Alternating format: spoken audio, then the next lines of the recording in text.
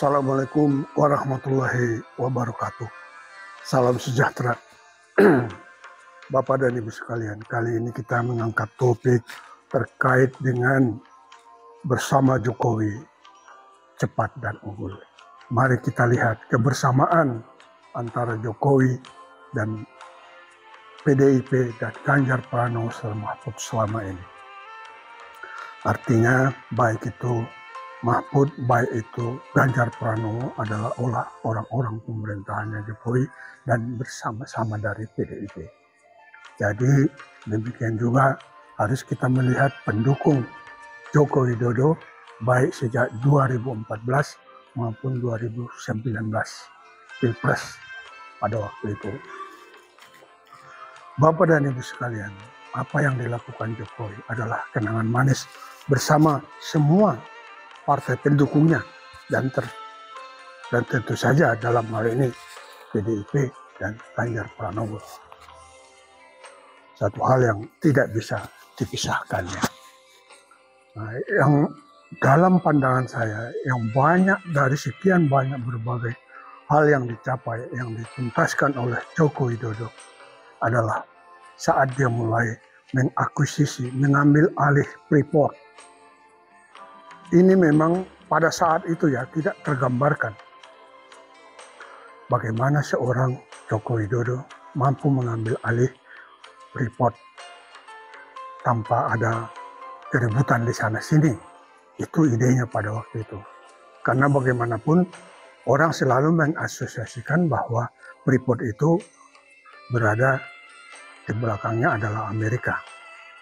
Tetapi apa yang terjadi adalah Joko Widodo mampu mengambil alih Freeport yang tadinya kan saham Indonesia di situ hanya sekitar 9%. Bayangkan, tambang sebesar itu 9%. Dan itu sudah berlangsung puluhan tahun. Dan diambil oleh Joko Widodo sehingga saham Indonesia di sana menjadi 51%. Cara pengambil alihannya juga sangat international minded, artinya bukan propokal kayu ya, istilahnya bukan semena-mena, tetapi mengikuti tataran hukum internasional. Dan dunia kagum, dunia senang atas apa yang dilakukan Joko Widodo terhadap Freeport itu. Nah, kemudian yang juga sangat fenomenal dari situ adalah ketika Joko Widodo membubarkan Petral. Jadi Petral ini harus kita lihat sebagai ya, jadi tidak hanya melulu pada Petral, tapi Petral adalah simbol gabungan sinergis antara para pengusaha Indonesia juga yang ada di Singapura dan juga birokrat Indonesia yang mau mendukung mereka.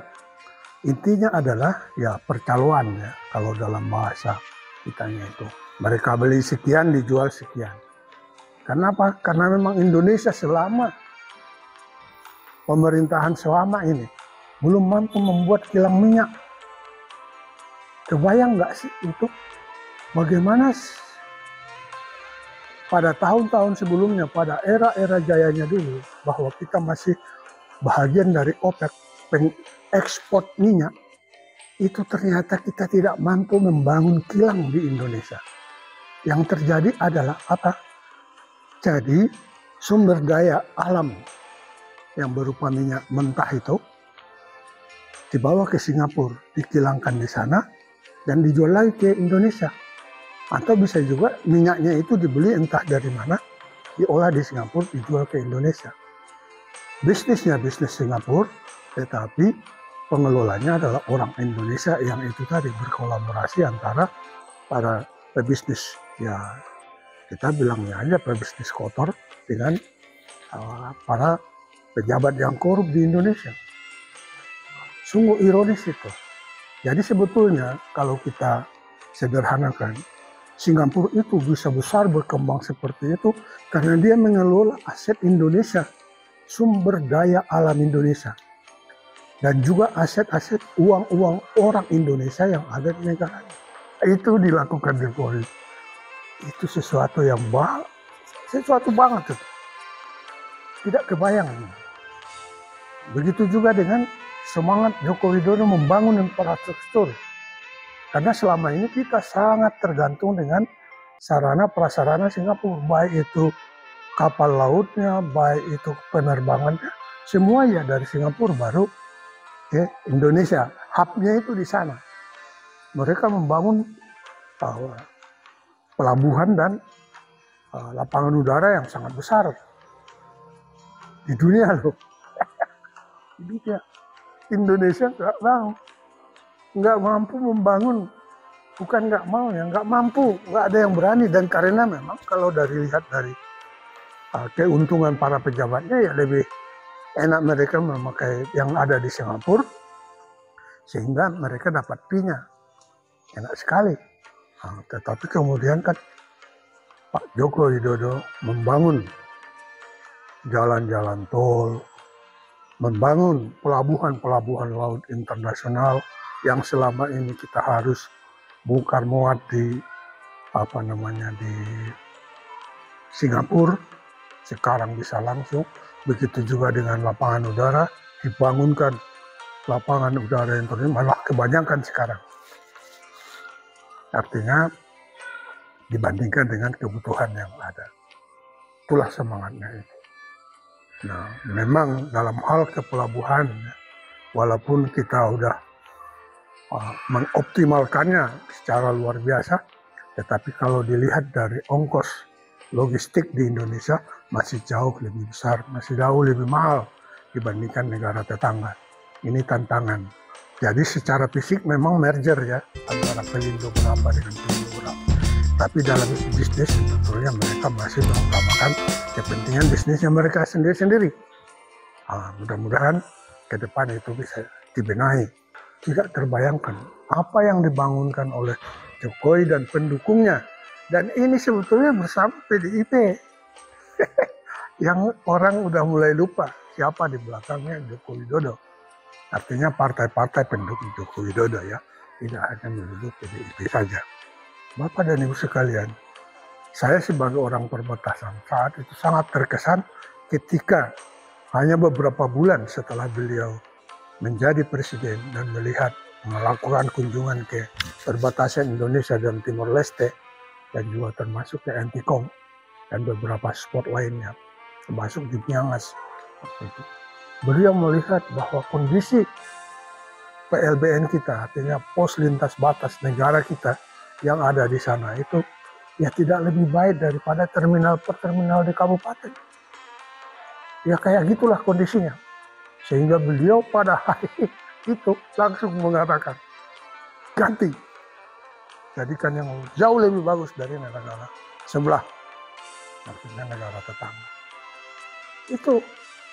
Dan itu terjadi. Dan tidak lama dari situ.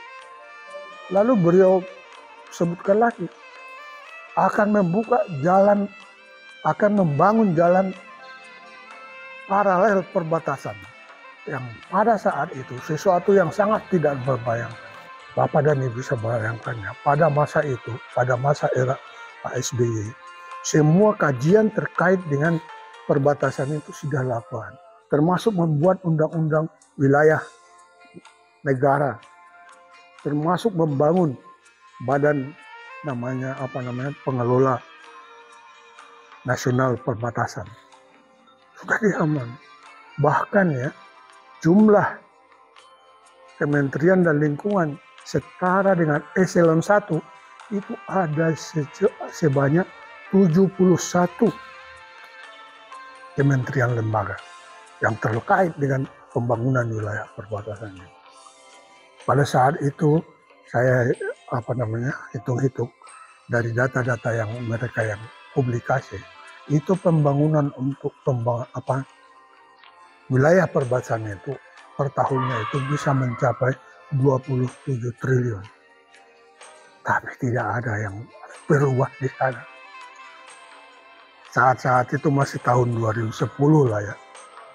2010 saya intens sekali ke perbatasan khususnya di daerah Sebatik itu.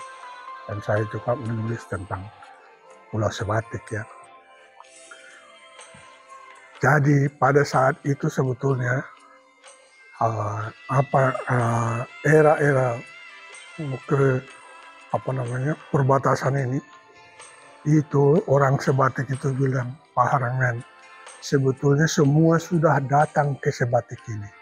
Mulai dari Bapak Presiden, Bapak Panglima, siapa saja sebut, mereka sudah pernah ke sini. Yang belum datang itu hanya malaikat saja lagi yang belum datang. Tapi Pak, tidak ada perubahan di sini. Itu yang disampaikan oleh orang-orang Sebatik itu, teman-teman kita yang bergumul tentang permasalahan di sana. Tidak bisa mengatasi isolasi. Tahu-tahu Pak Jokowi hanya 6 bulan, beberapa bulan setelah dia menjadi presiden, dia declare jalan paralel perbatasan yang akan menghubungkan mulai dari Tanjung Datu di ujung barat gitu ya, sampai dengan Pulau Sebatik di ujung timur sana. Perbatasan yang panjangnya itu tidak kurang dari 2004 km.